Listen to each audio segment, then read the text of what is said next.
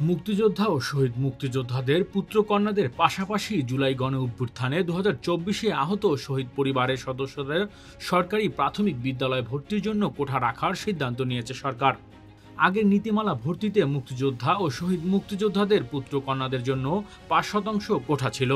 এখন এই 5%-এর মধ্যে জুলাই গণ অভ্যুত্থানে 2024-এ আহত শহীদ পরিবার সদস্যরাও যুক্ত হবেন।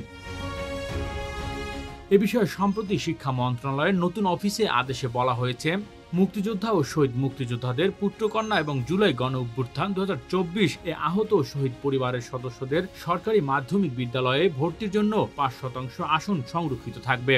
মুক্তিযোদ্ধা ও শহীদ মুক্তিযোদ্ধাদের পুত্রকন্যা এবং জুলাই গণ অভ্যুত্থান 2024-এ আহত বা শহীদ পরিবারের সদস্যদের আসন নির্ধারণের ক্ষেত্রে সংশ্লিষ্ট প্রমাণপত্র বা গেজেটের সত্যায়িত কপি আবেদনপত্রের সঙ্গে সংযুক্ত করতে হবে এবং ভর্তির সময় মূল কপি দেখাতে হবে।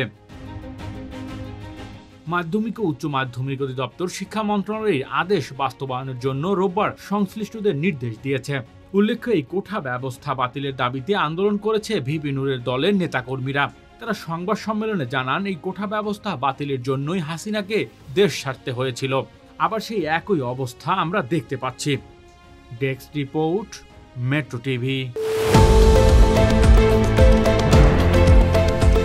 দেশের পাশে, বিশ্বের সাথে, মেট্রো টিভি।